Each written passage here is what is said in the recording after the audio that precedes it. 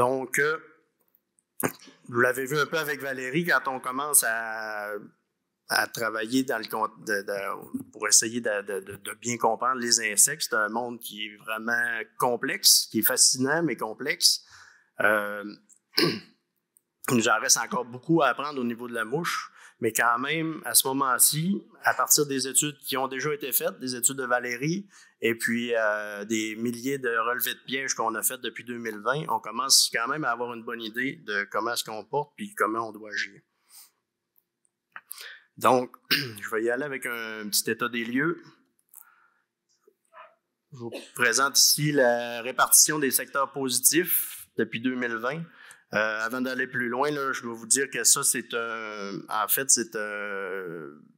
espèce de compte-rendu du réseau de surveillance qui est suivi par le MAPAC et le Club Conseil Bleuet. On a un réseau de piégeage qui est partout autour du Saguenay-Lac-Saint-Jean. Donc, on part de Falardeau et puis on se rend jusqu'à Roberval. On a 40 sites les pièges sont relevés à chaque semaine. C'est vraiment pour faire une surveillance, pour voir où on a des points chauds, où ça risque d'être plus problématique. Donc, au niveau de 2020, on avait surtout des captures dans la MRC de Maria-Chapdelaine à ce moment-là, dans peu de municipalités. On avait attrapé, je crois, à ce moment-là, une mouche dans le secteur Saint-Méthode, ce qui fait qu'on était aussi dans le domaine du Roi, mais c'était vraiment sur la limite. 2021, je ne sais pas si vous vous souvenez, un printemps extrêmement hâtif. Donc, même au mois d'avril, début avril, il n'y avait plus de neige. Et puis, vraiment, la mouche, ça l'a favorisé ce printemps-là. On a eu des relevés, des premières captures un petit peu avant la Saint-Jean-Baptiste. Et puis, il y a eu des populations élevées. À ce moment-là, on a commencé à en capturer dans plus de municipalités. Mais qui était encore principalement dans la MRC Maria-Chapdelaine. 2022, un été frais et pluvieux, donc la mouche s'est calmée passablement. On a attrapé seulement dans Maria, puis des niveaux de capture qui étaient somme toute assez faibles. Et puis en 2023, l'été dernier, on a eu quand même un assez bel été, là, et puis quoique assez pluvieux aussi. On a eu des niveaux de capture semblables à ceux de 2021. Par contre, ils étaient dans beaucoup plus de municipalités, comme on peut le voir. Puis, quand vous voyez un secteur en jaune comme ça, là, c'est vraiment indépendamment du nombre de captures qu'on a faites. Il peut y en avoir un secteur en jaune peut représenter une seule mouche ou 500 mouches. C'est vraiment pour parler seulement répartition. Donc, au niveau du total des captures d'adultes par semaine, comme je vous disais tantôt, en 2021, on a eu des captures semblables là, à 2023, avec un sommet à 193 en 2021, 197 en 2023. La différence, c'est qu'en 2021, on a commencé à les capturer plus tôt. 2022, des niveaux de capture qui sont restés faibles, très peu de larves d'un fruit. Puis ça nous dit en fait que le meilleur moyen de contrôle de la mouche, c'est la météo. Si on regarde par municipalité, en fait, il y a deux choses ici. Là, en fait, en 2021, je vais comparer encore avec 2023. Là, on a eu, je vous l'ai dit tantôt, les mêmes niveaux de capture. Par contre, la mouche cette année était présente sur un plus grand territoire. On a trouvé des mouches l'an dernier à Albanel, Dolbeau, Girardville, Ladoré, l'Ascension, Normandin, Notre-Dame-de-Lorette.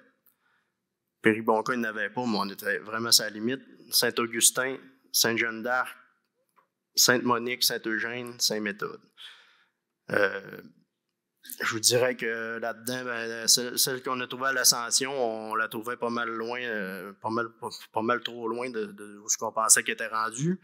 Et puis, une autre chose qui ressort dans tout ça, c'est que depuis le début, puis même en 2020, c'était vrai aussi, c'est à Dolbeau-Mistassini qu'on trouve le plus de mouches. On appelle ça le point chaud, là. C'est à cause que c'est vraiment une concentration plus forte là, ici dans le secteur. Au niveau des captures de larves par semaine, on voit que, en fait, dans le protocole là, de dépistage, il était prévu que 3 semaines après la première capture, il y a quelqu'un qui passe puis qui va autour des pièges positifs, il va récolter 1 litre de fruits, puis là-dessus, il va faire des tests de larves. Puis après ça, c'est répété à chaque semaine. Donc, on voit en fait, c'est toujours à la semaine 8 qu'on a notre maximum de larves. Là, ça nous met à peu près dans la première semaine d'août. Après ça, ça se met à chuter. Ça ça va dans le sens de ce que nous disaient nos collègues des maritimes, comme quoi un moyen de récolter moins de larves quand on récolte au peigne, c'est de retarder la récolte, ce qui laisse le temps aux larves de se développer. Ils mangent l'intérieur du bleuet, puis le bleuet tombe. Donc, si on récolte un peu plus tard, on évite de les récolter. Par contre, bien sûr, c'est des larves qui se retrouvent au sol qui vont infester notre bleuetière pour l'an prochain. Donc, semaine 8, là, la principale semaine de capture, après ça, ça se met à chuter. Puis ça va aussi dans le sens de ce que Valérie nous a présenté tantôt. Eux autres, le test de fruits, en fait, quand ils font leur récolte de fruits, ils faisaient ça plus tard, en même temps que la récolte du producteur. Puis ils trouvent très peu de larves. Eux autres, ils ont trouvé très peu de larves là, dans le fruit. Donc, si on cherche des bonnes nouvelles, là, ça peut nous être une. Quand on récolte plus tard ou au moment de la récolte, on récolte peu de larves. Donc, tout ça nous amène à faire des constats, 2 principaux. La mouche du bleuet est installée sur une bonne partie du territoire, mais le secteur problématique est limité. La zone à forte présence est la même depuis le début du dépistage. Dans la majorité des secteurs positifs, les populations sont tellement faibles qu'il n'y a pas d'incidence sur la qualité des fruits. Là, 95% de la superficie régionale demeure exempte ou sa présence est négligeable. La probabilité de retrouver des larves y est extrêmement faible. Donc, on a mesuré vraiment la zone qui est problématique. Ça équivaut à peu près à 1600 hectares sur les 30 000 hectares de la région. Ça veut dire qu'en fait, on a encore 95% de la région là, où ça va très bien puis on ne mangera pas de larves. Donc, si on ramène ça dans un graphique comme ça, en fait, la partie en jaune, là, c'est la proportion de la superficie qui a une population plus élevée. On dit plus élevée par rapport à nos standards, mais quand on regarde au Maine, là, ils seraient vraiment contents d'en avoir aussi peu, là, des mouches. Donc, c'est un visuel là, pour vous montrer en fait qu'il y a du bleuet de qualité. Il peut s'en faire encore en masse.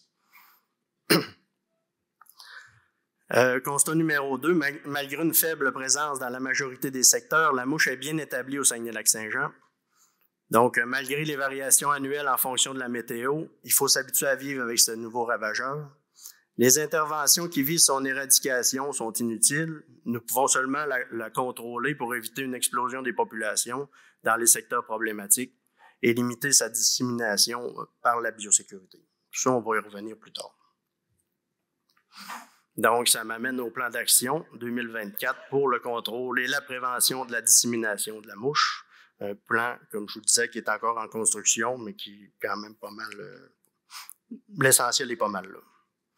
Donc, le plan, en fait, est en 7 points. Le dépistage, la surveillance, la formation, les traitements et le seuil d'intervention, la biosécurité, l'acquisition de connaissances et la recherche, puis la gouvernance et la concertation. Le dépistage, c'est fondamental. C'est vraiment la base, c'est la fondation sur laquelle on peut construire dans la lutte contre la mouche. On ne s'en sort pas, surtout pour les gens en zone chaude. On s'attend que tout le monde va dépister l'an prochain. Puis je dirais, en particulier ceux qui vont faire du frais, parce que évidemment, c'est le bleuet frais. Les gens sont un peu plus sensibles à trouver des larves dans leurs fruits.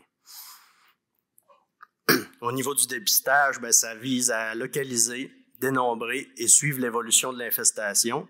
Ça permet une gestion judicieuse et structurée de la mouche du bleuet.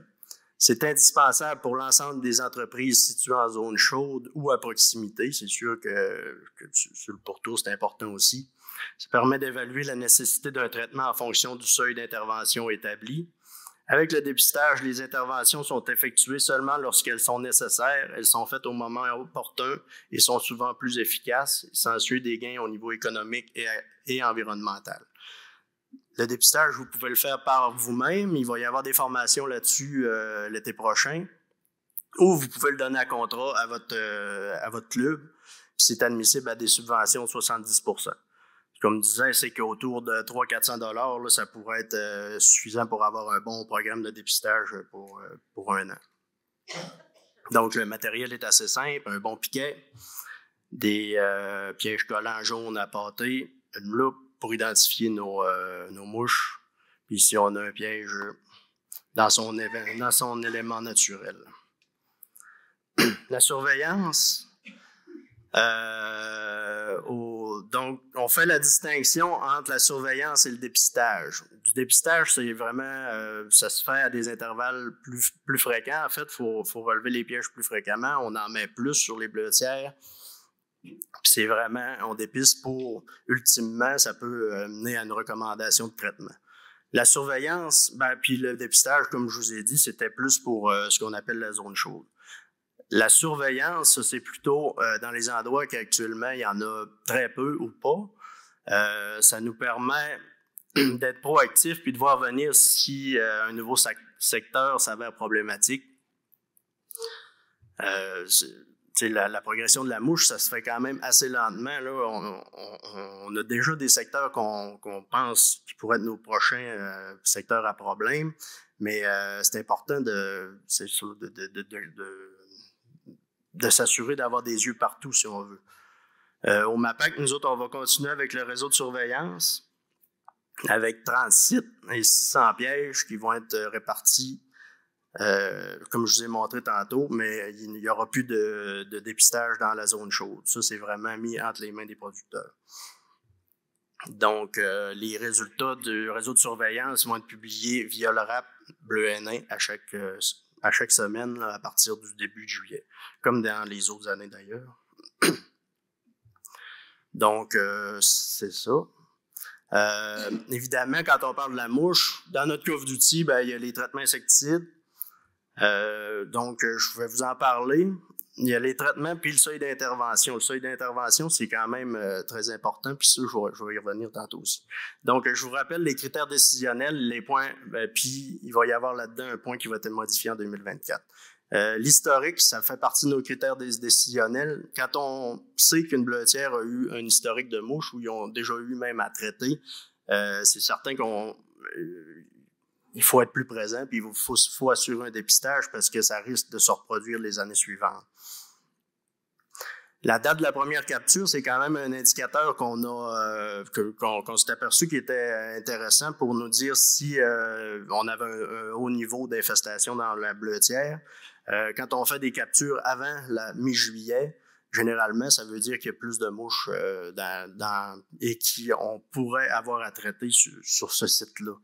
Quand les captures commencent, par exemple, autour du 20 juillet, là, ce serait vraiment surprenant que les populations augmentent suffisamment pour que les femelles se reproduisent puis qu'ils se mettent à pondre dans les bleuets.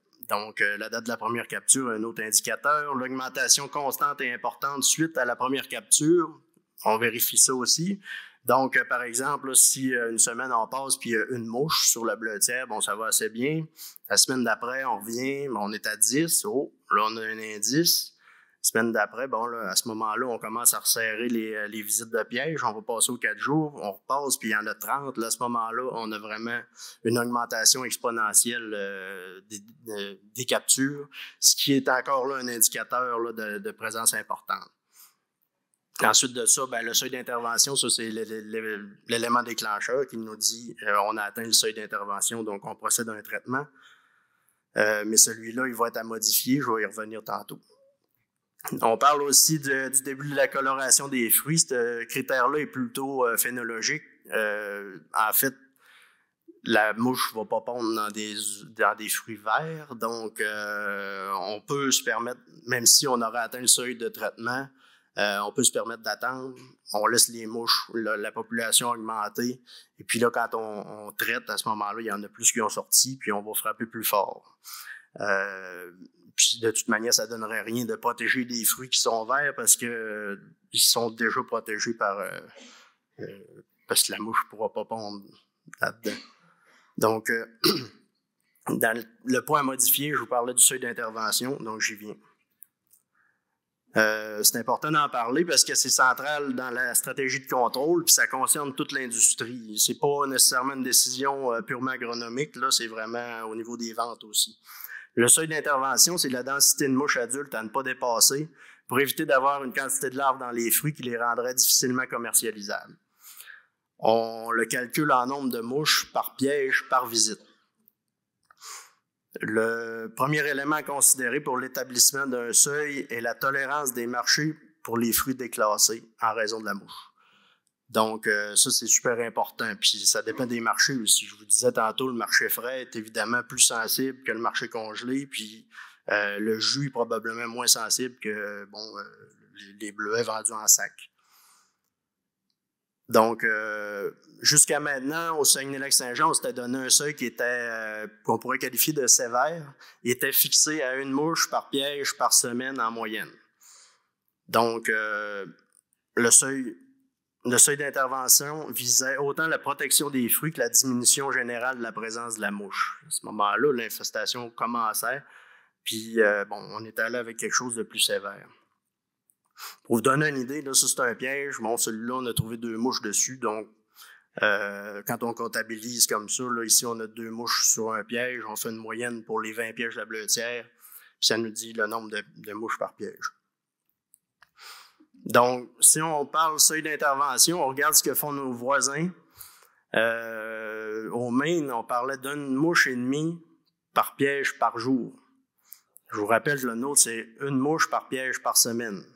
Donc, c'est un niveau qui est beaucoup plus... en fait, ils vont tolérer beaucoup plus de mouches. Dans les maritimes, on parle d'1 mouche par piège par jour, qui est encore plus élevé que le nôtre. Si on ramène ça à 20 pièges, là, mettons qu'on va visiter aux 4 jours, c'est un cas concret, mettons, dans le tableau en bas, là. Au Québec, il va y avoir une recommandation de traitement à 20 mouches. Dans les maritimes, c'est 80 mouches, puis au Maine, 120 mouches. Ou, il y a un autre critère, là, cumulatif de 200, mais celui-là, je n'en parlerai pas. Mais, donc, on voit qu'en fait, on s'était réellement donné un seuil plus sévère. Donc, maintenant qu'on sait, en fait, je vais vous dire qu'est-ce que... Voyons, excusez. OK. Ce que nous dit la science, la seule étude qu'on a trouvée qui a été publiée à ce sujet, ça nous vient du Maine. On avait fixé le seuil d'intervention à 6 mouches par piège par 4 jours, d'où le 1,5 mouches par piège par jour, ou un cumulatif de 10 par piège. Ce seuil permettrait de maintenir les fruits à moins de 4 larves par litre de fruits. Donc, on prend un litre, 4 larves, ça nous donne un taux d'infestation de 1,5% à 0,8%, ce qui est quand même très bas. Donc ça nous vient d'une étude de Drummond, Collins et Drummond, qui a été publiée en 2019. Donc, je vous disais tantôt, c'est une décision qui dépasse l'agronomie. Pour vraiment être capable de prendre une décision éclairée sur le seuil d'intervention, on a besoin de savoir quelles sont les exigences réelles des acheteurs de fruits congelés. La tolérance varie selon les marchés visés, je l'ai dit tantôt, frais versus congelés. La tolérance zéro comme taux d'infestation est difficile, voire impossible à atteindre, en plus d'être très coûteuse d'un point de vue économique et environnemental. Un seul traitement par saison pourrait ne pas suffire, parce qu'on l'a vu là, dans le passé, souvent on va faire un traitement, mais il demeure des mouches, il y en a d'autres qui émergent plus tard, donc si on veut vraiment une tolérance zéro, il va falloir penser à revenir avec un deuxième traitement. Bien qu'une approche agressive puisse nous donner un sentiment de sécurité, l'utilisation trop fréquente d'insecticides peut causer une dépendance en tuant les prédateurs de la mouche. Souvent, on va dire qu'on s'achète un abonnement aux insecticides quand on traite vraiment fort à chaque année. Là, je vous présente ici un peu nos alliés ou les prédateurs de la mouche du bleuet. Dans son environnement naturel, évidemment, c'est la loi de la jungle. La mouche n'est pas toute seule. Il y a des parasitoïdes. Tantôt, Valérie nous les a présentés. Ils vont venir pondre dans la... en fait, ils servent de la pupe pour se reproduire. Il y a des araignées qui mangent des mouches. Il y a des fourmis qui mangent des pupes, qui mangent des larves. Ensuite de ça, on a des carabes qui, eux, vont manger des pupes ou des larves tombées au sol. Puis, à le stade juvénile aussi, des carabes, ils mangent la même chose. Donc, il y a toute une faune qui mange de la mouche. Puis qu'on doit, en fait, quand on sert d'insecticides fréquemment, à haute fréquence, puis des insecticides plus forts, en plus de tuer la mouche, on tue ses prédateurs. Donc, comme je vous disais, on s'achète à ce moment-là un abonnement aux insecticides. Le seuil d'intervention, en fait, c'est à la recherche du juste milieu. Les traitements insecticides visent la protection des fruits en vue de leur commercialisation et peuvent aider à garder un certain niveau de contrôle des populations. Par contre, on ne se fait pas d'illusions, on ne va pas faire disparaître la mouche ou, comme je disais au point 2, l'éradication, la diminution de la présence de la mouche à long terme ne pourra pas se faire avec des insecticides. Ce serait illusoire de penser ça. Est-ce qu'on s'en va vers une position mitoyenne entre le seuil actuel et celui des maritimes pour les fruits congelés? Peut-être. Un seuil distinct pour les fruits frais? Peut-être. Les discussions se poursuivent à ce niveau-là. J'aurais bien aimé arriver ici avec un seuil, mais je n'ai pas été capable. Il n'y avait pas de consensus. Donc, voilà. Ça m'amène, en fait, je vais vous parler un peu de biosécurité, parce que ça, c'est vraiment quelque chose qui est entre vos mains, que vous pouvez faire, puis ça va empêcher la dissémination de la mouche. Donc, on l'a dit tantôt, là, la mouche, c'est un insecte qui vole pas loin. Ça se disperse principalement par les activités humaines. Il faut éviter à tout prix le transport de fruits de terre et de tissus végétaux entre les entreprises. En fait, c'est un pouvoir que vous avez tous. Ça, quand on fait attention, on lave nos cueilleuses, nos faucheuses, s'organiser pour pas qu'il y ait de transport, vraiment le moins d'échanges possible entre les entreprises, pour que ce soit des milieux fermés, on peut ralentir sa progression. Attention au transport de sol et de rhizomes en vue de leur réimplantation. On sait que c'est une pratique qui était courante, puis qu'il l'est encore probablement, mais c'est sûr que si on va chercher la mouche là, dans son environnement naturel, puis on vient la porter comme ça dans notre bleuetière, dans son petit nid douillet, on vient de semer la graine. Donc, attention à ça. Puis la disposition des résidus d'usine de congélation doit continuer de se faire de façon sécuritaire. Actuellement, c'est quelque chose qui se fait. Là. En fait, la majorité des résidus d'usine sont brûlés, mais ça, c'est quelque chose qu'on tient, à quoi on tient. Puis, donc, il ne faut pas qu'il y ait d'épandage près des bleuetières ou vraiment, parce que les résidus d'usine, on comprend que c'est quand même riche en mouches. Là, je vous présente des images croquées sur le vif d'un producteur qui est en train de freiner la dissémination de la mouche du bleuet. Donc, des photos du club bleuet, là, le lavage des peignes de bleuet. C'est sûr que ça, c'est un milieu très, très propice à récolter des mouches, là, le peigne du bleuet. Mais comme je vous disais, les faucheuses, il n'y a rien qu'il faut négliger. Pour la biosécurité, il y a plusieurs outils à votre disposition. Capsules vidéo, trousses de biosécurité, des affiches de biosécurité, on en a encore. Parlez-en à votre conseiller. Et puis, il y a une super capsule vidéo qui a été produite cette année. Je n'ai pas le temps de vous la présenter ce matin, mais vous pourrez, en fait, ma présentation va être disponible et vous pourrez aller la visionner. Au niveau de la formation, en fait, un autre point au plan d'action, il y a des ateliers de formation qui vont être mis en place par le Club Conseil Bleuet dès cette année. Ça vise à donner les outils nécessaires pour établir un autodiagnostic, utiliser la méthode de contrôle adaptée et mettre en place les bonnes pratiques de biosécurité. Les aspects présentés seront la mise en place d'un réseau de dépistage dans une bleuetière, le contrôle conventionnel et biologique de la mouche du bleuet, les mesures de biosécurité, l'identification de la mouche du bleuet et la réalisation des tests de larves. C'est correct dans le temps? Hein? Ça marche. Donc, comme je vous disais, ça serait mis en place. En fait, il reste des autorisations à rentrer, mais le plus rapidement possible, les formations devraient se donner.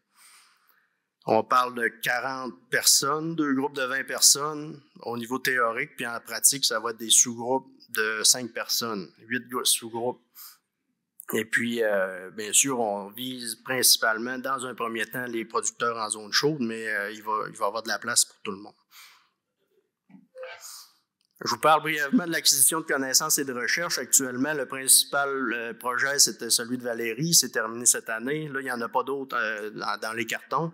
Par contre, dès l'an prochain, on aimerait se relancer quelque chose. Là, on attendait, c'est toujours plus sage d'attendre les résultats d'un premier projet avant d'en relancer un autre. Donc, c'est ce qu'on a fait, mais dès 2025, il devrait en avoir d'autres. Je mets ici des pistes à explorer, des points à éclaircir. Seuil d'intervention, quelle corrélation faire